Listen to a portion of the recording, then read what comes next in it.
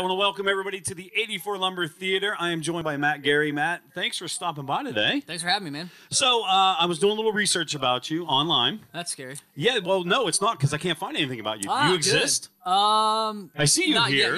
Yeah. We're working on that. We're working on that. Well, that's good. So, where are you from? Originally Kansas City. I now live in Nashville. So, you're a Chiefs fan? I am a huge Chiefs fan. So, we can't like you here in Steeltown. Yeah, I wasn't going to say anything when I first got here. There was a couple times. So Joe Montana time. Yeah. I mean, now we're going way back. I mean, you might have been 2 at the time. But I was very young, but that's all right. That's all right. But, you know, it's one of those things we share a lot in common. I mean, we have towns that were built on football towns, but also now have baseball teams that are just killing it. I know, right? Whoever thought the Royals would have been in the World Series? Yeah, or the Pirates having one of the best records in Major League Baseball over the last 3 years. We were talking about that a while ago, and it was just like what it's done for the city, though, too. It's awesome. I mean, I remember going back to the Royals games where they couldn't give tickets away.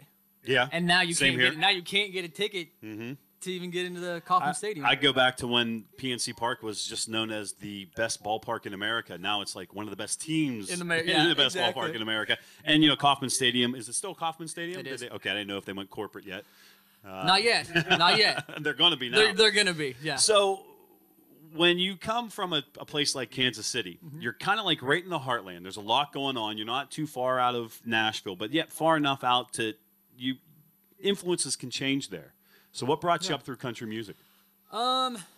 So I grew up listening to country music. My mom was a big country music fan. I mean, I remember her listening to Dolly and Kenny Rogers and Colin Ray. And my dad, to be honest, he was never a country music fan. So like I would put a country record in. You know, most country artists would be like, "Oh, my dad taught me about country music and this and that."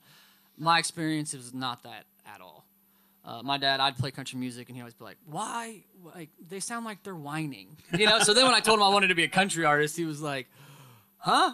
But he was thinking, "Oh, well, there goes my savings. Yeah, I'll be bankrolling you for a while." Exactly. No, so but I mean, now they are my support structure. And then from Kansas City, I went to school in Florida. Okay. And then to Nashville. I kind of did a detour, took the long way. So I wanted to move to Nashville right out of high school, but my parents just said that's not going to happen. So, well, you had to have something to fall back on. Exactly. Well, you said the long way. It seems like everybody takes the long way to Nashville.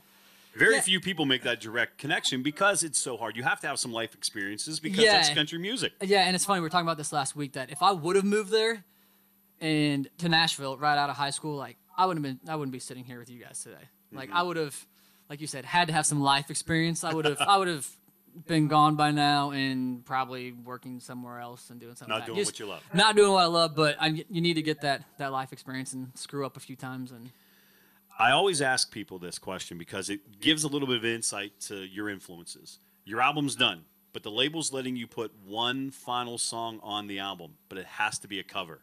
What song are you going to put on? Oh, man. The album's done. Except for one slot. I would probably, one of my all-time favorite records, and that actually made me want to be a country artist, was Tracy Lawrence's Time Marches On album. Ooh, you went nice, ballad, deep. Yeah, and that's what I love about country music, and that's what got me into it. So I'd have to be Time Marches On or Stars Over Texas. Oh, 2 good songs. You need the hat with the Tracy Lawrence. I know. You got to get it down nice and low. I know. I probably don't look like Tracy Lawrence. Tracy's like, what are you doing? Yeah, what are you doing? You're killing me. Come on, man. Here's how it works. He is the reason that album was the reason that I wanted to be a country artist. See, and I love stuff like that because there's always somebody different. Yeah. There's always an influence somewhere else, and there's always a different song. No one, I don't think, and all the people I've talked to, has ever said the same song that they would cover if they were allowed to cover. What's the most common song, do you think? You said not everyone said the same thing, but I don't know. It seems like a lot of... What era do they go to? Is there Keith Whitley? Okay, I can see that. And then Randy Houser threw me a curveball when he said, "My Dingaling."